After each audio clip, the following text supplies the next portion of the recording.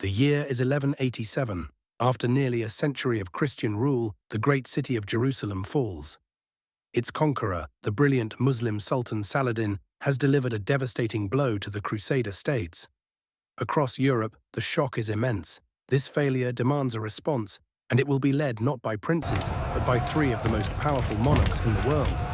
This is the Third Crusade, the King's Crusade. With the kings answered the call, Barbarossa led the overland army toward the Holy Land. The first shadow was cast early. Frederick I Barbarossa's massive army, the cornerstone of the overland strategy, was already bogged down by the difficulties of the march and skirmishes in Anatolia. Mood, determined but tense, foreshadowing trouble. The once grand host trudged through heat, hunger, and ambushes, their strength slowly eroding before even glimpsing the Holy Land. Then the ultimate catastrophe struck in June 1190. Before he even reached the Holy Land, the mighty Frederick Barbarossa drowned while crossing the Salef River in Cilicia. The psychological impact was immense. His vast professional army, suddenly deprived of its legendary leader, largely dispersed. The main German threat to Saladin was neutralized without a single great battle. The focus now shifted completely to the coast and the brutal siege of Acre. This vital port city had been under siege since 1189. Richard and Philip, having traveled by sea, finally arrived in 1191, providing the essential boost of men, supplies, and sophisticated siege weaponry that the weary Christian forces desperately needed. Saladin, positioned nearby, watched helplessly as the ring tightened. With Barbarossa gone, his great army dissolved. What had begun as a united march of kings now splintered into fragments of ambition and uncertainty. Yet from the ruins of disaster, the flame of the crusade endured, carried by new leaders across the sea. Their destiny would once again test the resolve of Christendom. Acre falls in July 1191, a crucial strategic success that secured a deep water port and a massive coastal fortress. It became the Crusaders' vital base of operations, their first real foothold since the campaign began. However, the victory was immediately overshadowed by rising tensions. The rivalry between Richard and Philip was now in full view. Disputes over spoils, command, and the claim to Jerusalem grew bitter. The unity of the crusade cracked under pride and ambition, even as the enemy watched from beyond the walls. In a dramatic turning point, Philip II Augustus decided to return to France in August 1191. Ostensibly, he was ill.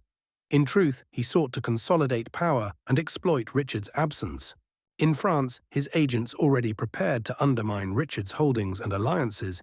This selfish decision crippled the Crusade's strength and left Richard the Lionheart as its sole major leader, a position that earned him lasting glory, but cost him dearly in resources, allies, and political support. With Philip gone, the Crusade's unity faltered, leaving Richard the Lionheart as the sole commander of the Christian forces.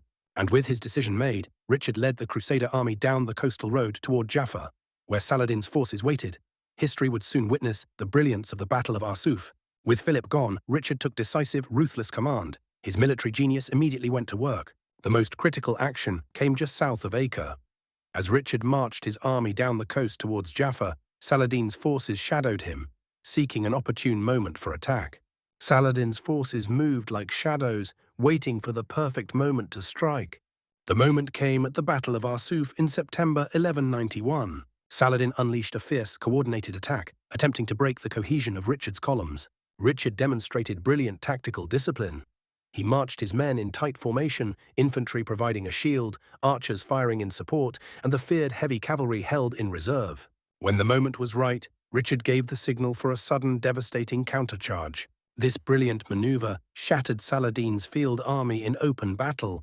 It was a victory that secured the entire coastal strip and cemented Richard's reputation as the greatest. The ensuing campaign became a legendary clash of personalities. Richard and Saladin fought fiercely, but also exchanged gifts and diplomatic courtesies, a sign of genuine, extraordinary mutual respect between the two rivals. Despite these military triumphs, Richard faced a fatal constraint: logistics. The closer he marched towards the ultimate prize, Jerusalem, the longer his supply lines became and the more exposed his men were to attrition and disease. Richard twice advanced to within striking distance of the Holy City. On both occasions, he made the agonizing, pragmatic decision to turn back. The war ended, leaving the Holy Land temporarily stable.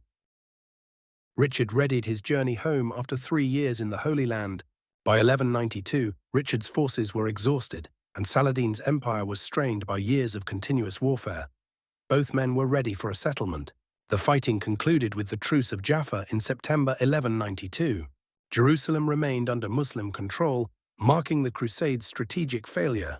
The Crusaders kept control of the vital coastal strip from Tyre to Jaffa, a major military success. Unarmed Christian pilgrims were guaranteed safe access to visit Jerusalem and other holy sites without interference. Immediately after the truce, Richard, having spent 3 years in the Holy Land, desperately needed to return home due to political instability, only to be shipwrecked and captured in Austria, a final twist of fate that kept him from his kingdom for years. Saladin died just months later in 1193. The main outcome of the Third Crusade was a qualified success. Crusader states preserved and restructured into a viable kingdom centered on Acre. The Holy City remained lost, guaranteeing that the conflict between East and West would continue for another century.